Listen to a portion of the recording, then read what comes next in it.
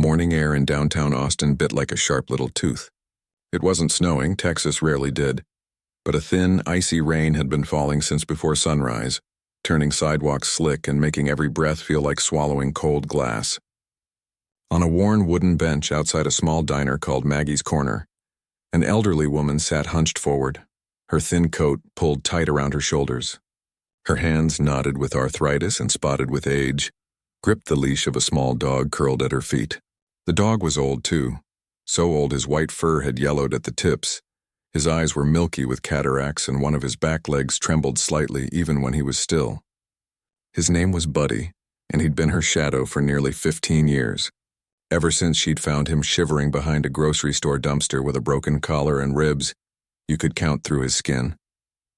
She'd walked 10 blocks that morning, each step slower than the last, because the bus stop was too far and her pension check barely covered rent, let alone cabs. She didn't come for herself, she hadn't eaten breakfast, but for him. Buddy hadn't touched his dry kibble in 2 days. His appetite had vanished with the cold, and she worried his old heart wouldn't last another week if he didn't get something warm in his belly. She'd heard Maggie's Corner sometimes gave scraps to dogs if you asked nicely, so she'd bundled him in a faded baby blanket she'd cut to fit, tied it with yarn and set out before the sun came up, hoping no one would notice how much she was shaking. Inside the diner, the air was thick with the smell of coffee, bacon grease, and burnt toast. A young woman behind the counter moved fast, too fast. Her apron was stained, her ponytail coming undone, and dark circles shadowed her eyes. She'd been on her feet since 5 a.m., covering for a coworker who'd called in sick. Orders piled up, customers snapped about cold eggs, and someone had just left a $2 tip on a $40 bill. She was running on fumes and frustration, and when she glanced out the window and saw the dog tied to the bench barking softly, just a tired, confused little yip at a cyclist whizzing by, something in her snapped. "He's not even inside," she muttered to no one, wiping her hands on her apron. "Why do people keep tying dogs out here like it's a dog park?" She'd already asked the old woman once to keep the dog quiet. The woman had apologized sweetly, voice soft as worn cotton, and promised he wouldn't make noise. But now, with the lunch rush starting and her manager glaring from the kitchen, the bark felt like the last straw. Without thinking, really thinking, she grabbed the nearest bucket. It was half full of dishwater from the morning's cleanup, cold, soapy, and laced with bits of food and grease. She stormed out the front door, boots splashing through puddles, and before the woman on the bench could even look up, she swung the bucket. A wave of icy water crashed over Buddy. The dog yelped, a high, broken sound, and scrambled backward, slipping on the wet pavement. His blanket soaked through instantly, his fur plastered to his thin body. He trembled violently, eyes wide with shock and fear. The old woman gasped like she'd been punched. For a second, she just stared, mouth open, disbelief freezing her in place. Then tears welled up, hot against her cold cheeks. She dropped to her knees right there on the sidewalk, ignoring the puddle soaking through her slacks, and gathered Buddy into her arms. "Oh, baby, oh no. No, no," she whispered, her voice cracking. She wrapped her own coat around him, rubbing his sides with shaking hands, trying to warm him with her body heat. It's okay. Mama's got you." The waitress stood frozen for a moment, bucket dangling from her hand. She hadn't meant to hurt the dog. She just wanted him to stop barking. But seeing him shiver like that, seeing the raw pain in the old woman's eyes, guilt hit her like a truck. Still, pride flared. "He was making noise," she snapped louder than she intended. "You can't just tie animals out here like furniture." The woman didn't look up. She just held Buddy tighter, rocking slightly, murmuring soft words only he could hear. Her shoulders shook, not from the cold but from silent sobs. Around them, a few passers-by slowed, some frowning, others pulling out phones. But no one stepped in. No one said a word. Inside the diner near the back booth by the window, a man in a dark hoodie and baseball cap watched it all unfold. He'd been sitting quietly for 20 minutes, nursing a black coffee, scrolling through emails on his phone. He wasn't supposed to be here. This was a rare, unplanned stop during a long drive from Houston to a SpaceX facility outside town. He liked places like this, no cameras, no crowds, just regular people living regular lives. He'd noticed the old woman and her dog when he walked in. There was something gentle about the way she'd patted the dog's head, how she'd smiled when he licked her hand. It reminded him of his own childhood dog, long gone. When the waitress came storming out, he'd looked up, curious. When she dumped the water, his eyebrows shot up. He set his phone down slowly. He didn't move to intervene. He wasn't that kind of person, not in public, not without knowing the full story. But he couldn't look away either. He saw the dog's panic, the woman's quiet devastation, and he saw the waitress's face afterward. Not cruel exactly, but exhausted, defensive, already regretting it but too proud to show it. He picked up his phone again, not to call anyone but to record the last few seconds, the trembling dog, the woman's tear-streaked face, the waitress turning sharply and marching back inside like nothing happened. He didn't post it. He just saved it. Something about the moment felt wrong, deeply wrong, and he knew, even if no one else did, that this small, cold act on a wet sidewalk mattered. Outside, the old woman finally stood, legs stiff and aching. She tucked Buddy inside her coat like a baby, his head poking out near her collar, still shivering but calmer now. She didn't look at the diner. She didn't look at anyone. She just turned and started walking slowly, painfully, back the way she'd come, each step heavier than the last. The rain kept falling light but relentless, soaking her hair, her shoes, her spirit. Buddy nestled closer, his cold nose pressing against her neck as if trying to say thank you for saving him again. Behind the diner window, the man in the hoodie watched her go. He took a long sip of his coffee. It was cold now, and made a quiet decision. Not a grand one, just a human one. He pulled out his wallet, left far more than enough cash on the table to cover his coffee and a generous tip, and slipped out the back door before anyone noticed he was gone. He didn't know her name. He didn't know the dogs, but he knew he couldn't forget them. And somewhere deep down he knew this wasn't the end of their story, not even close. The man in the hoodie walked quickly down the wet sidewalk, hands shoved deep in his pockets. The image of the shivering dog and the old woman's tear-streaked face stuck in his mind like a song he couldn't shake. He wasn't used to feeling helpless.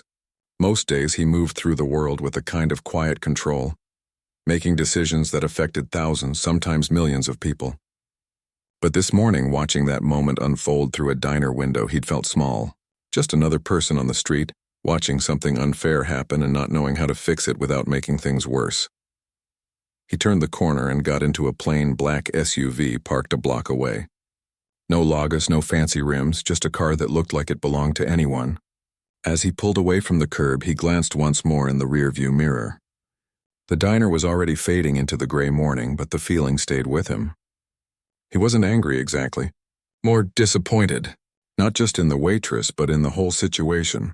The loneliness of that old woman, the exhaustion in the young worker's eyes, the way no one had stepped in to help either of them.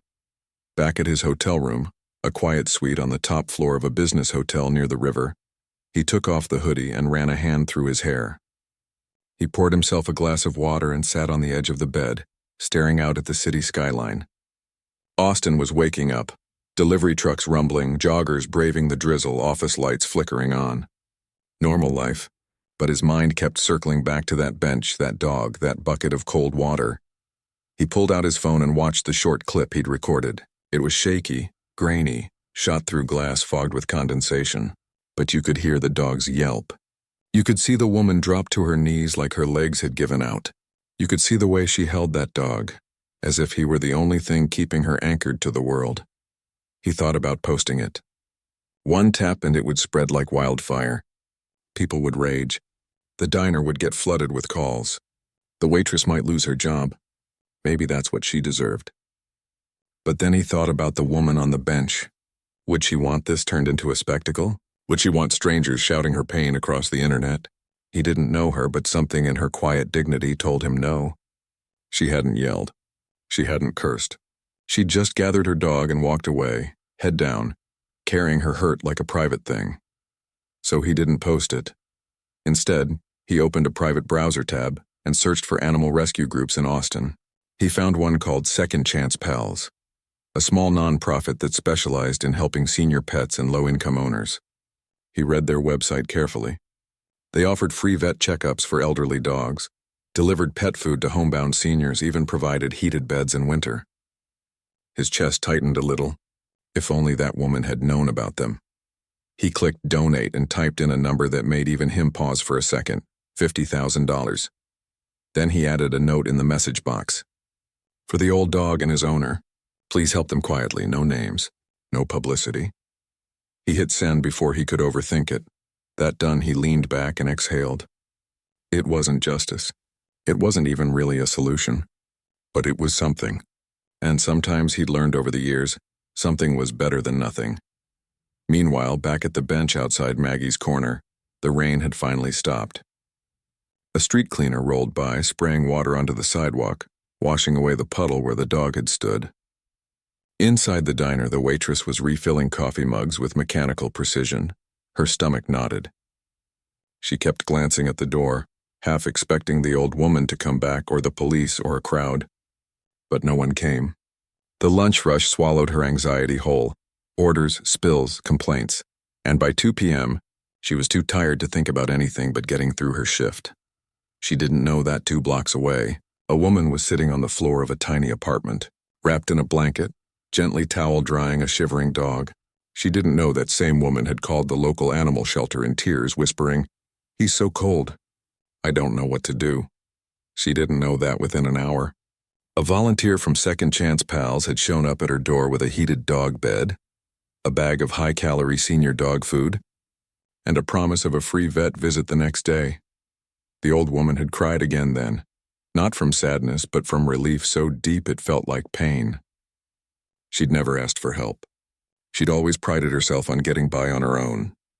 But today she'd let someone in, and as she watched Buddy sniff the new food and curl up on the warm pad, his trembling finally easing, she whispered a quiet thank you to whoever had made it happen. Back at the hotel, the man checked his email. A reply had already come from Second Chance Pals. Donation received. We'll find them. Thank you for seeing them. He smiled faintly. That was enough. But life has a way of not staying quiet. The next morning, a different kind of visitor showed up at Maggie's corner. A college student waiting for the bus had seen the whole thing the day before. He'd filmed the last few seconds on his phone. Not as clear as the man in the hoodies clip, but clear enough. He posted it online with a simple caption. Waitress dumps ice water on old dog in freezing rain. Owner just walked away crying. He didn't tag the diner. He didn't name anyone. But someone recognized the building. Someone else recognized the waitress's uniform. Within hours, the video had thousands of views, then tens of thousands. Comments poured in. How could she do that? That dog looked ancient. Hope she gets fired. News outlets picked it up. Local reporters started calling the diner. The owner, a kind-faced man who'd run the place for 20 years, panicked. He pulled the waitress aside. Did you do this? He asked, voice low. She nodded, eyes red. I didn't mean to hurt him. I was so tired. And he kept barking. That doesn't matter, he said gently. What matters is what you did. And how it looked. And how it felt to that woman. He suspended her on the spot, not out of cruelty, but because the phone wouldn't stop ringing. And his business was suddenly drowning in outrage. The man in the hoodie saw the video go viral while scrolling through news alerts on his tablet. He frowned. This wasn't what he'd wanted. The old woman's face was blurred in the student's video, but her pain wasn't. It was right there, raw and public. He hoped she wasn't seeing this. He hoped she was safe in her apartment with her dog warm and fed, far from the storm brewing online. He almost posted his own version, clearer, with context, but stopped himself. Even with her face hidden, it would draw more attention. More noise, and she didn't need noise. She needed peace, so he stayed silent. But he kept watching, not as a billionaire, not as a CEO, just as a person who'd seen something wrong and couldn't unsee it. And deep down, he wondered if there was still a way to turn this cold moment into something warmer, for everyone involved. He didn't know it yet, but the old woman and the waitress were about to be pulled into the same orbit again, not by cameras or headlines, but by something quieter, a shared need for forgiveness, for understanding, for a second chance, and sometimes, second chances start with a single act of quiet kindness, like a stranger donating to a dog he'd never met, just because he saw someone who needed help, and chose to give it without asking for anything back. The video spread faster than anyone expected. By noon, it wasn't just local news, it was everywhere. People shared it with angry captions, sad emojis, calls for justice. Strangers who'd never been to Austin suddenly felt personally offended. How can someone be so cruel to an old dog? One comment read, "That poor woman looked like she'd lost her last friend," said another. The diner's phone rang nonstop. Some callers yelled. Others just cried and hung up. A few even showed up in person, standing outside with signs that said, "Be kind and dogs deserve better." It wasn't a protest. Exactly. More like a quiet gathering of hurt hearts. Inside her small apartment, the old woman kept the curtains closed. She didn't own a smartphone, and her old TV only got 3 channels. She hadn't seen the video. She didn't know her quiet morning had become a national story. All she knew was that Buddy was finally eating again. He'd curled up on his new heated pad, belly full, breathing slow and steady. She sat beside him on the floor, stroking his fur, whispering little nothings like she always did. "You're safe now, sweetheart. Mom is here," but then the knock came. At first she thought it was the mailman, but when she opened the door, 2 women stood there, one older, one younger, both holding tote bags with a paw print logo. They introduced themselves as volunteers from Second Chance Pals. The older one smiled gently.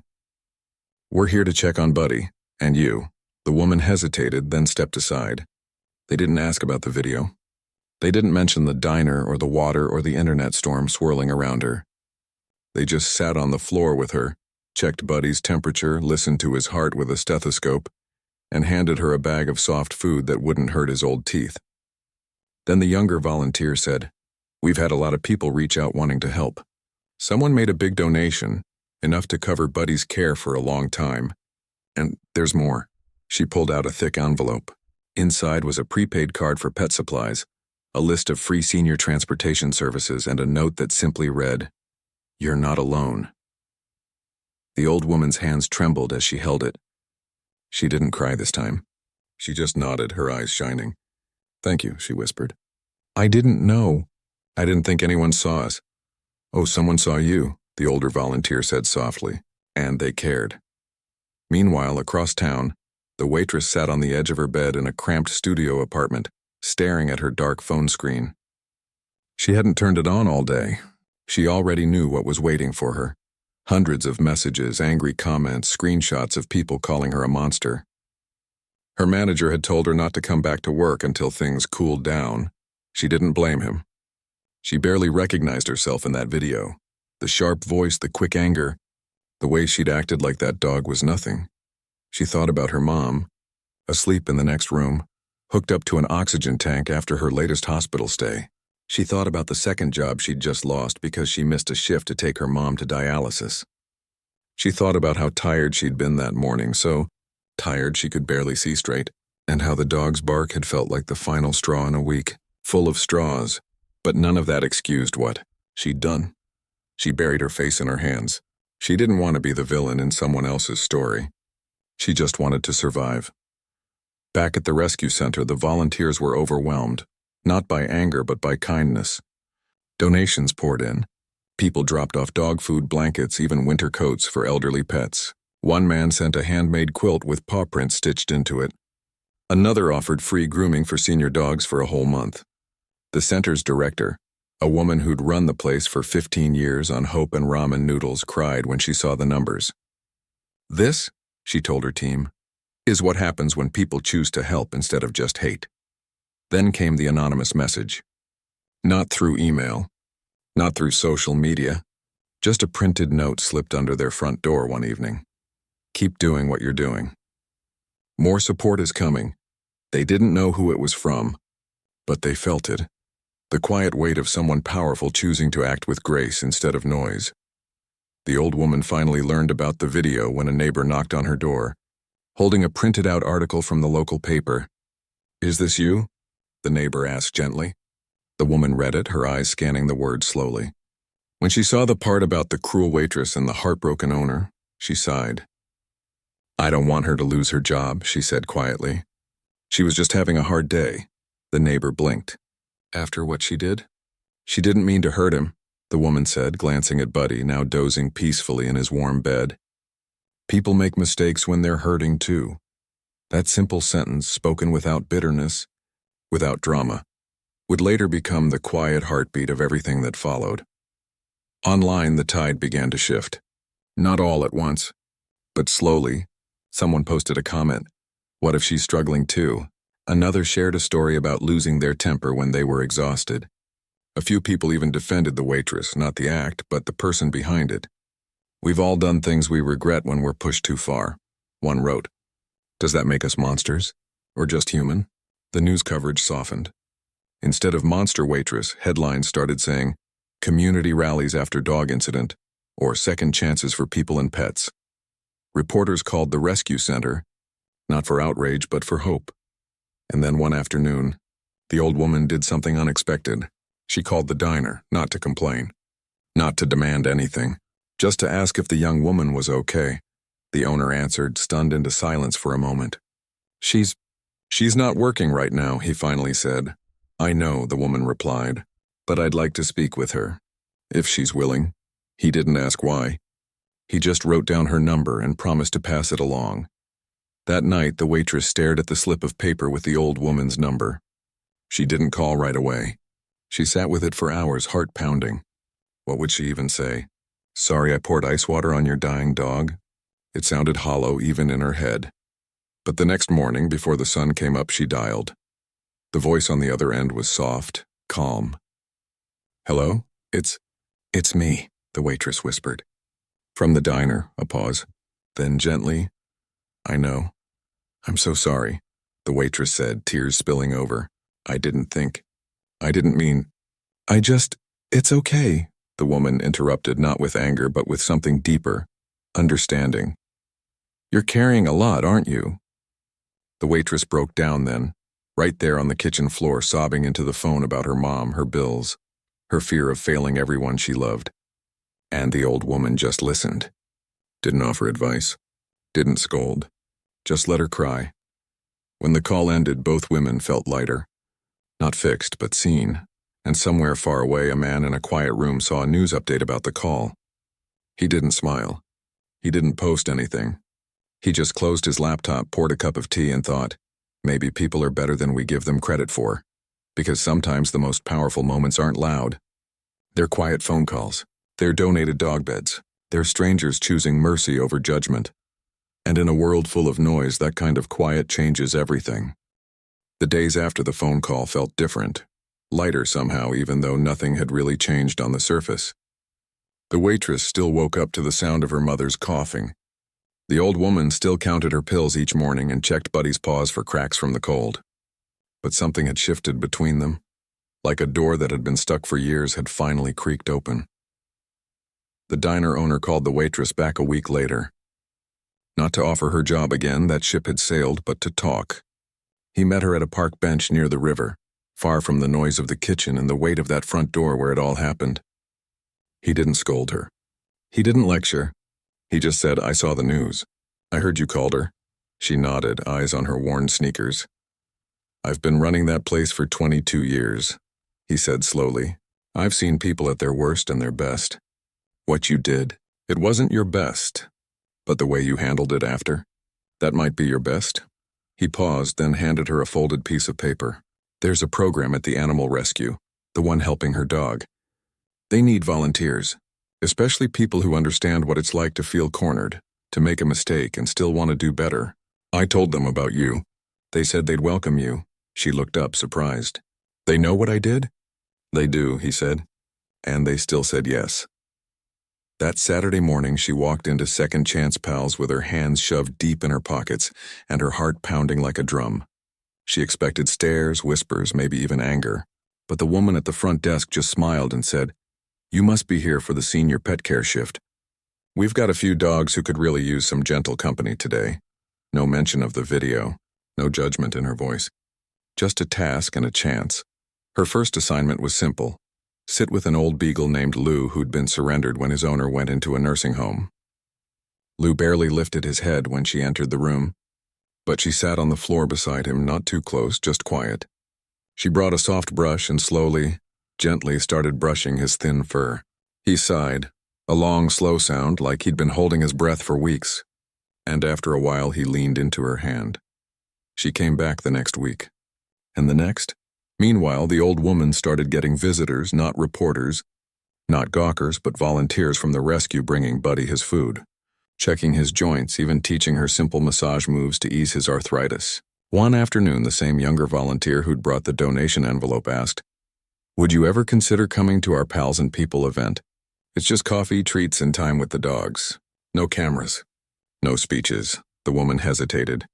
She hadn't been out much since that morning at the diner. But she looked at Buddy, who wagged his tail at the word treats, and nodded. Maybe, if he's up for it. Back at the rescue, the waitress heard about the event during her shift. Her stomach flipped. She knew who'd be there. She almost didn't go. But then she remembered the sound of that woman's voice on the phone. Calm, kind, not a trace of blame. And she decided to show up. Not as the person from the video, just as someone trying to be better. The day of the event was crisp and clear, the kind of winter afternoon that feels like a fresh start. Strings of fairy lights hung from the ceiling of the rescue's community room. There were mismatched chairs, a table of homemade cookies, and a dozen elderly dogs curled up on thick blankets with their owners nearby. The old woman sat near the window, Buddy in her lap, wrapped in the quilt someone had donated. He looked healthier, his coat shinier, his eyes brighter, his tail giving little thumps whenever someone petted him. Then the door opened. The waitress stepped inside. Wearing clean jeans and a sweater she'd borrowed from her sister, she scanned the room nervously, then saw them. Her breath caught. The old woman saw her too. For a long moment, they just looked at each other across the room. Two people bound by a moment of pain, now standing in a room full of second chances.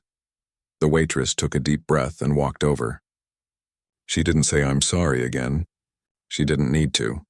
Instead, she knelt slowly, carefully, so she wouldn't startle Buddy. From her pocket, she pulled out a small, soft treat shaped like a bone. "He likes these," she said quietly. The vet says they're good for old teeth. Buddy sniffed it, then took it gently from her fingers. He chewed slowly, tail wagging. The old woman watched her for a long moment, then reached out and touched her arm. Just a light touch, but full of warmth. "Thank you," she said. No more words were needed. Across town, in a quiet office, a man scrolled through a local news site and saw a small photo from the event.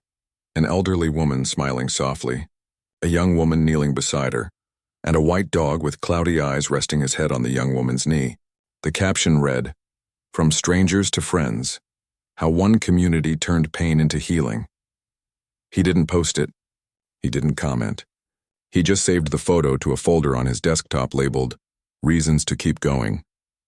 Later that week, he made another donation, this time not just for Buddy, but to fund a new program, winter care kits for seniors with pets, including heated mats, insulated coats, and emergency food packs. He asked only one thing, that the kits be delivered quietly, with no logos, no fanfare. Just help given with respect. The rescue center agreed.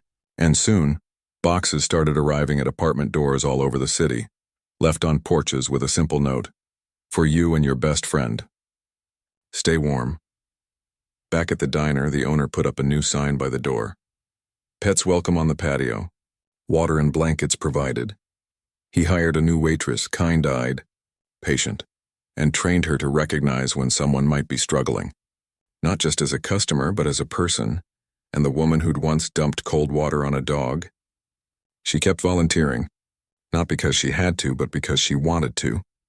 She learned how to give medicine to arthritic cats. She helped walk three-legged dogs. She even started tutoring kids at the center's after-school program, telling them, "Everyone messes up. What matters is what you do after." One evening, as she was leaving the rescue, the old woman stopped her. "Buddy's birthday is next week," she said. "He'll be 15. I'm having a little cake at my place. Just us and maybe a few of the volunteers.